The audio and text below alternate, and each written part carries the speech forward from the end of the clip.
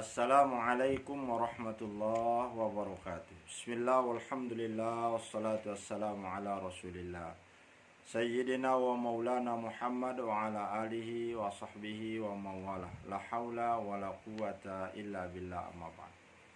Hadirin wal hadirat yang dirahmati Allah subhanahu wa ta'ala, dalam kesempatan yang baik ini kita akan mengkaji kitab Tauhid yang berjudul Kitabus Sa'adah, artinya kitab tentang keselamatan. Fi Tauhidil Ilahiyah, yaitu tentang mengesahkan Allah subhanahu wa ta'ala. Kitab ini dikarang atau ditulis oleh Syekh Abdul Rahim Manaf. Jadi beliau telah menulis kitab ini sebagai rangkaian dari kitab Tauhid sebelumnya. Ada kitab beliau yang pertama adalah Mabadit Tauhid, kemudian kitab As-Sa'adah, kitab ketiga beliau namanya kitab Al-Mufid, kitab yang keempatnya adalah kitab Al-Huda. Jadi kitab yang kita akan pelajari ini adalah kitab Tauhid yang kedua dari karangan beliau. Kita akan masuk pada muqaddimah. Muqaddimah kitab ini beliau menjelaskan muqaddimatun wa fihil bahthani. Jadi muqaddimahnya ada dua pembahasan. Yang pertama al-awwalu fil imani wal islami, yaitu yang pertama tentang iman dan Islam.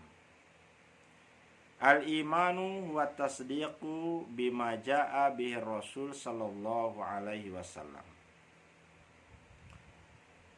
Iman itu adalah tasdik, meyakini, bima ja'a bihi, dengan apa yang dibawa oleh Rasulullah sallallahu alaihi wasallam, yaitu utusan Allah Nabi Muhammad sallallahu alaihi wasallam minallahi ta'ala, yaitu dari Allah subhanahu wa ta'ala.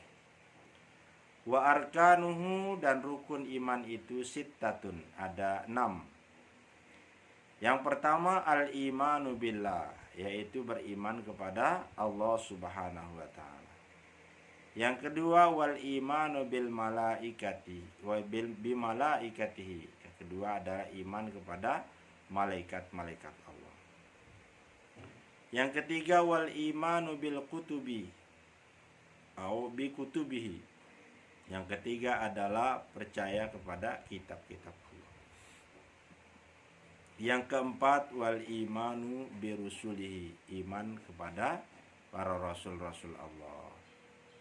Kemudian yang kelima wal imanu bil yaumil akhir, yaitu kepercayaan kepada adanya hari akhir.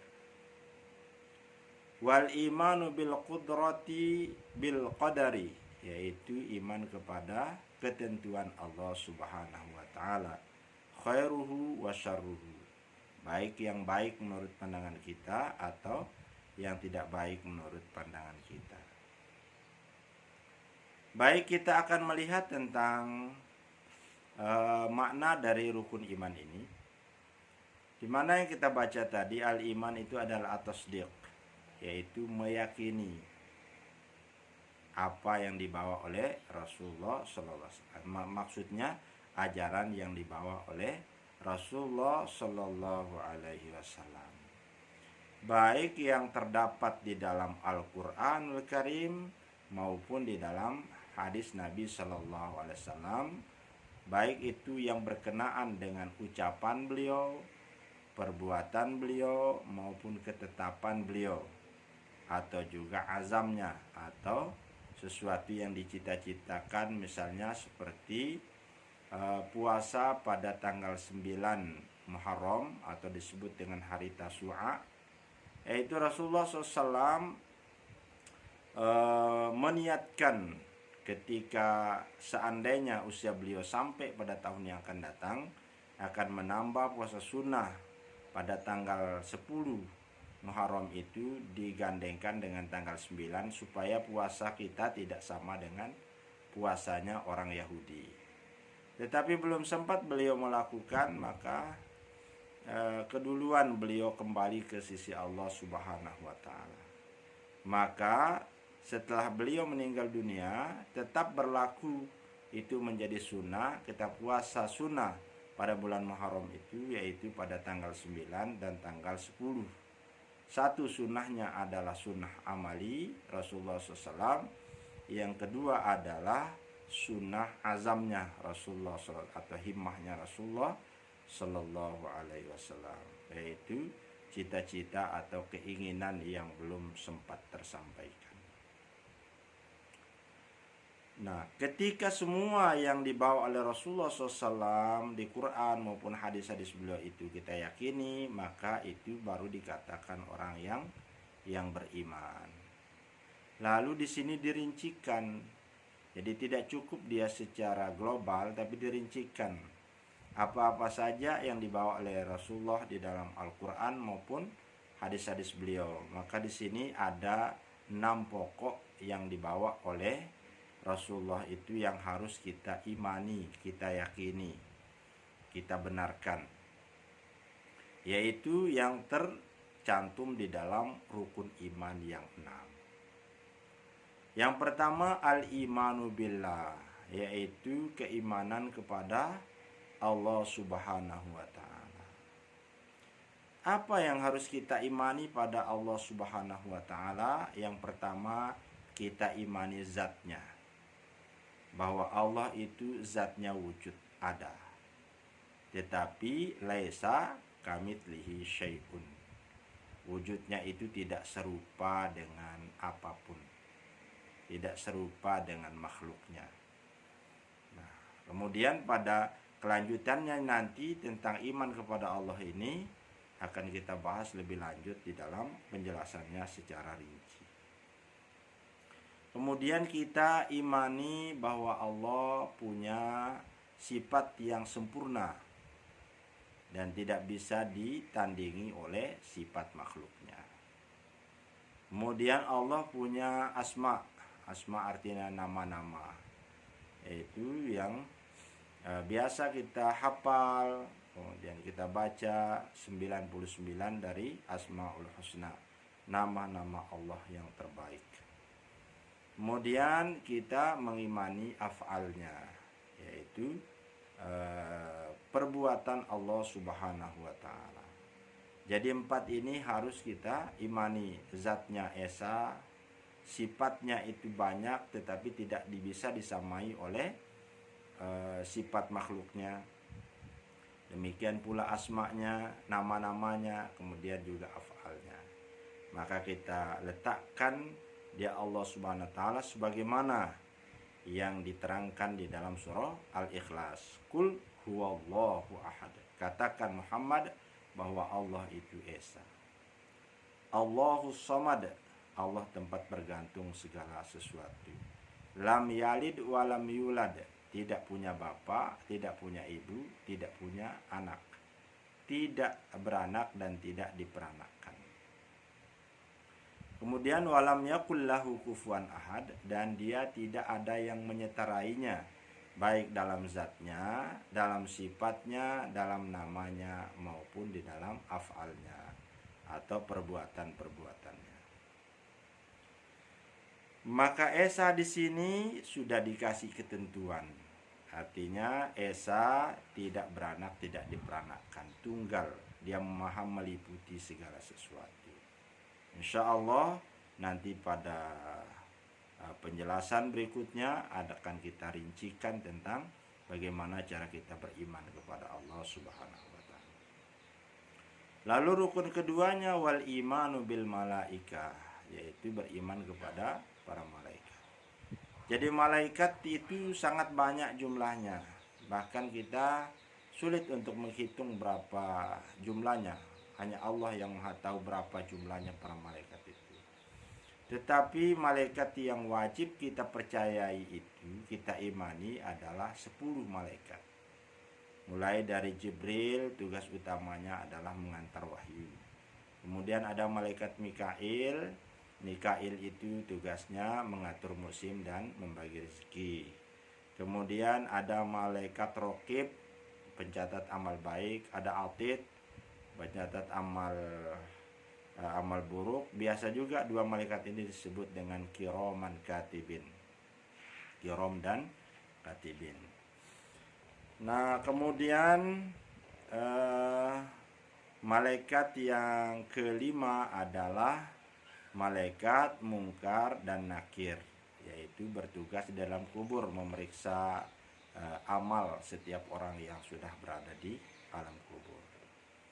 Kemudian ada malaikat Israfil, sebagai tugas utamanya meniup sangkakala nanti ketika dunia ini sudah berakhir. Jadi ketika dunia ini terjadi kiamat, maka ditiuplah sangkakala yang pertama. Kemudian setelah semuanya meninggal dunia, semuanya hancur, lalu yang pertama dibangkitkan adalah malaikat Israfil itu sendiri dan meniupkan sangkakala yang kedua, baru semuanya akan dibangkitkan kembali untuk mempertanggungjawabkan amalnya. Jadi itu dua sangkakala atau trompet yang akan ditiup oleh malaikat Israfil nanti. Kemudian malaikat yang ketujuh, malaikat yang ke-8 yang kita imani itu adalah malaikat Malik. Malaikat Malik itu tugasnya adalah menjaga neraka. Malaikat Malik adalah menjaga yang ke-7 adalah malaikat Israfil, yang ke-8 adalah malaikat Izrail. Izrail tugasnya adalah mencabut nyawa. Tugas utamanya adalah mencabut nyawa. Jadi semua yang akan mati akan berhadapan dengan malaikat Izrail. Malaikat yang ke-8 adalah malaikat Ridwan, yaitu malaikat penjaga surga, penjaga pintu surga. Malaikat yang ke-10 adalah malaikat Malik, yaitu malaikat penjaga neraka. Adapun malaikat-malaikat yang lain, ada malaikat rahmat, ada malaikat azab, atau malaikat-malaikat yang lain itu tidak wajib kita imani. Kita boleh percaya, boleh tidak. Tetapi untuk 10 malaikat ini, kalau ada salah satunya yang tidak kita percayai, maka kita dihitung kafir, alias iman kita tidak sempurna. Kemudian wal imanu bil kutubi au bi kutubihi, iman kepada kitab-kitab Allah.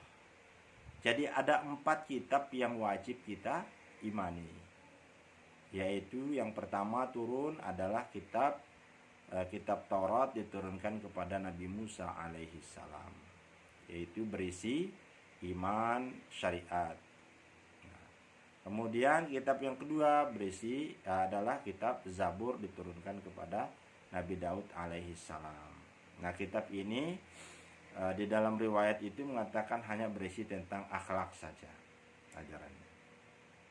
Kemudian kitab yang ketiga adalah kitab Injil, diturunkan kepada Nabi Isa alaihi salam. Ini juga berisi tauhid, berisi syariat, tata cara beribadah.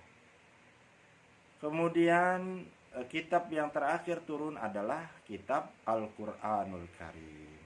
Itu diturunkan kepada Nabi Muhammad SAW. 4 kitab ini wajib kita imani.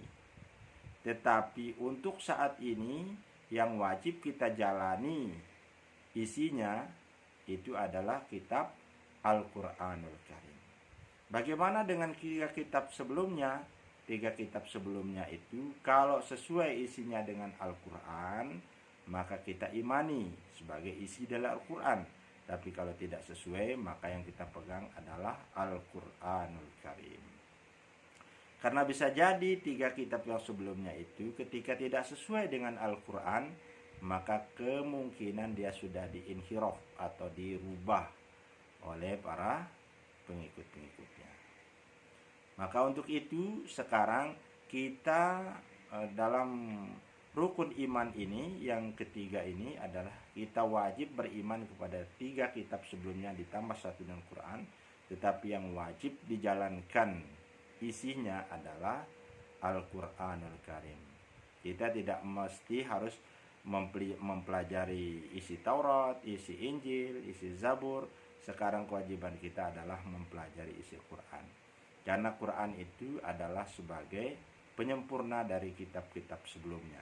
Jadi apa yang kurang di sana maka dia terdapat di dalam Al-Qur'anul Karim. Bukan berarti kita percaya kepada kitab-kitab lalu semuanya kita amalkan. Karena yang masih otentik sampai saat ini yang kita imani, kita yakini itu adalah kitab suci Al-Qur'anul Karim. Kemudian ada 2 suhuf, tapi itu tidak wajib kita imani. Yang kita imani itu hanya 4 kitab itu saja.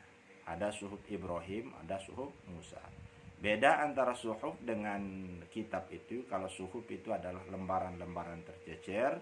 Kalau suhuf itu lembaran tercecer, kalau kitab itu adalah biasanya dia lembaran yang rapi. Artinya dia seperti yang kita lihat saat ini. Dia terjilid dan seterusnya. Jadi dia terangkum dengan baik. Kalau suhuf itu adalah lembaran-lembaran yang tercecer. Kemudian rukun iman yang keempat adalah wal imanu birusulihi, yaitu iman dengan para rasul. Jamak dari rasulun, jamaknya adalah rusul. Rasul artinya utusan. Kalau rusul artinya utusan-utusan atau orang yang diutus oleh Allah untuk menyampaikan dakwah. Nah, dari rasul ini ada yang hanya menjadi nabi saja. Yang menjadi nabi itu kalau tidak salah dalam riwayat itu ada 124.000 nabi yang pernah diturunkan oleh Allah SWT di muka bumi ini. Kemudian dari 124.000 itu ada 315 yang menjadi nabi sekaligus rasul. Kalau nabi itu menerima wahyu untuk dirinya saja, sementara rasul adalah selain menerima wahyu untuk dirinya juga wajib untuk mendakwahkan wahyu itu kepada orang lain. Nah, dari 315 orang yang menjadi nabi sekaligus rasul itu, yang wajib kita imani hanyalah 25 orang. Itu mulai dari Nabi Adam alaihissalam, Adam, Idris, Nuh, Hud, Soleh, Ibrahim, sampai seterusnya sampai Nabi Muhammad sebagai nabi terakhir. Tetapi para nabi yang 124.000 kemudian disaring menjadi 315 rasul, kemudian disaring lagi menjadi 25, itu pasti diawali oleh Nabi Musa, oleh Nabi Adam alaihissalam, dan diakhiri oleh Nabi Muhammad. Jadi di celah-celah itulah pernah ada utusan Allah Subhanahu wa taala. Tapi entah di mana tempatnya, entah siapa umatnya, karena dia tidak dijelaskan secara rinci di dalam Quran, hanya disebutkan bahwa dari rasul itu ada yang dikisahkan, ada yang tidak dikisahkan. Maka yang tidak dikisahkan tidak wajib kita imani. Yang wajib kita imani yang dikisahkan oleh Quran itu ada sebanyak 25 orang nabi sekaligus beliau ini menjadi rasul. Nah, maka kalau ada nabi-nabi yang lain itu tidak wajib kita imani. Jadi kita percaya tidak percaya itu tidak jadi rusak keimanan kita kepada Allah, tidak membuat kita jadi kafir. Misalnya ada Nabi Khidir. Nah, Nabi Khidir itu diyakini bahwa yang disebutkan dalam surah Kahfi itu adalah Nabi Khidir, tetapi tidak masuk ke dalam 25 nabi dan rasul yang wajib kita imani. Lalu dari 25 nabi dan rasul yang wajib kita imani, syariat yang mana yang harus kita lakukan? Maka bagi kita umat Nabi Muhammad hanya wajib menjalankan syariatnya Nabi Muhammad SAW. Karena tidak ada syariat lagi setelah turunnya syariat Nabi Muhammad SAW. Ada sholat, ada puasa, ada zakat, ada haji. Itulah yang harus kita ikuti Nabi Muhammad SAW. Adalah ajaran-ajaran Rasul yang dulu, kalau tidak dilakukan oleh Rasulullah SAW dalam syariatnya, maka tidak wajib kita jalankan. Karena para Rasul dan para Nabi ini dari dulu yang tetap sama selaras itu yang tidak berubah adalah tentang tauhidnya, beriman kepada Allah yang Maha Esa. Yang berubah itu adalah syariatnya. Dari Nabi Adam boleh saudara nikah dengan saudarinya, tapi dengan syarat nikah silang karena orang masih sedikit. Nanti kalau ini kembar dia dengan saudaranya, maka saudaranya nanti nikah dengan kembaran berikutnya, dengan saudari kembaran berikutnya. Seperti Qabil dan Habil itu. Jadi nikahnya nikah silang. Tidak boleh nikah langsung dengan saudari kembarnya. Boleh dengan saudarinya tapi tidak kembarannya. Setelah di masa Nabi kita Muhammad SAW tidak boleh lagi nikah dengan saudara.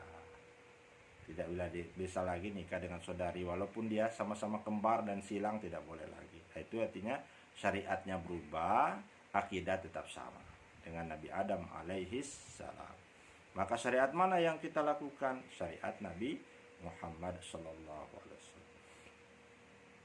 Kemudian wal imanu bil yaumil akhir. Ini rukun iman yang kelima. Beriman kepada hari akhir maksudnya hari setelah kehidupan dunia. Maka hari akhir itu termasuk juga alam kubur. Kenapa disebut hari akhir? Karena dia lebih akhir, lebih belakangan dari dunia. Dunia artinya dekat, akhirat artinya akhir. Atau dia disebut dengan jauh, alam yang jauh. Dunia ini artinya dekat. Karena kita itu akan melalui beberapa fase kehidupan. Yang pertama kita hidup di alam ruh. Yang kedua kita hidup di alam sulbi atau di punggung bapak. Kemudian kita lagi masuk ke alam rahim. Kemudian kita lahir ke alam dunia. Kemudian nanti kita masuk ke alam kubur. Kemudian baru nanti terakhir setelah dibangkitkan, setelah terjadi kiamat besar, maka kita akan mengalami kehidupan akhirat. Mulai dari padang mahsyar, kemudian ditimbang amal, baru berakhirnya. Akhir dari akhir masa itu adalah di surga atau di neraka. Mudah-mudahan kita berakhir di surganya Allah Subhanahu wa ta'ala.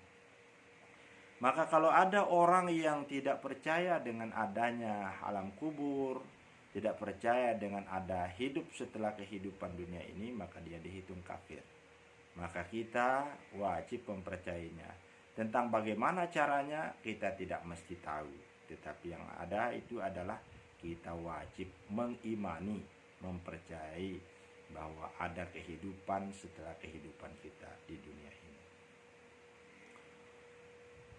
Kemudian wal imanu bil qadari, yaitu iman dengan ketentuan Allah SWT. Ini rukun iman yang keenam. Rukun iman yang keenam itu kadang di satu riwayat disebutkan dengan khairuhu wa syarruhu, yaitu baik dan buruknya. Sesungguhnya semua takdir Allah itu tidak ada yang buruk. Artinya di sisi Allah Subhanahu wa ta'ala.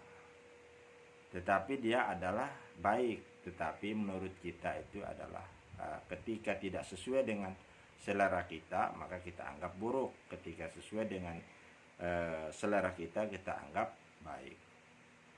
Karena takdir itu akan dibagikan oleh Allah SWT kepada semua makhluknya. Buruk bagi kita, tapi bagi orang lain adalah baik. Baik bagi kita, tapi buruk bagi orang lain. Umpamanya, kalau kita berdoa kepada Allah Subhanahu wa ta'ala, profesi kita adalah sebagai dokter. Kita berdoa, ya Allah berikanlah aku rezeki. Ketika Allah mengabulkan doa itu menjadi takdir hidup kita, maka menjadi takdir yang tidak baik bagi yang lainnya. Tapi bagi Allah semuanya baik, karena semuanya adalah makhluknya. Dia bagi karunia-Nya kepada masing-masing makhluknya. Maka dengan secara eksplisit doa itu adalah mendoakan orang sehat menjadi sakit. Karena kalau semua orang tetap sehat, maka dokter tidak punya pasien. Maka doa minta rezekinya dokter itu artinya merupakan buruk bagi pasiennya, karena diminta secara tidak langsung eksplisit itu adalah meminta ada orang sakit baru dokter dapat rezeki. Kalau tidak ada orang sakit, maka dokter tidak punya pasien. Kalau dia tidak punya pasien, maka tentu dia tidak akan mendapatkan rezeki dari profesinya tersebut. Atau ada bengkel misalnya, berdoa, ya Allah berikanlah aku rezeki yang halal, yang baik, yang banyak.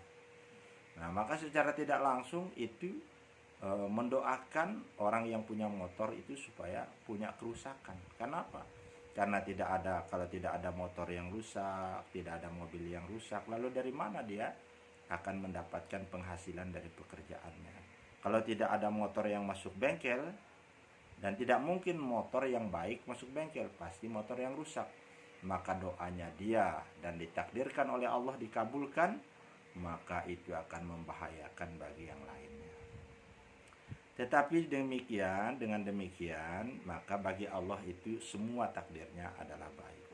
Hanya perasaan kita saja yang merasa bahwa ada takdir buruk, ada takdir baik. Tetapi bagi Allah Subhanahu wa taala semuanya itu adalah baik, karena di balik kesusahan itu pasti ada kebaikan-kebaikan, ada hikmah-hikmahnya. Di sini kelihatan baik, di sana kelihatan buruk. Di sini kelihatan buruk, di sana kelihatan baik. Misalnya ada orang yang pengusaha ikan kering. Kemudian ada petani. Doa petani adalah minta supaya diturunkan hujan. Tapi doa orang yang menjual ikan kering berdoa supaya matahari tetap terik, tidak turun hujan. Maka di antara doa itu akan bersaing di langit.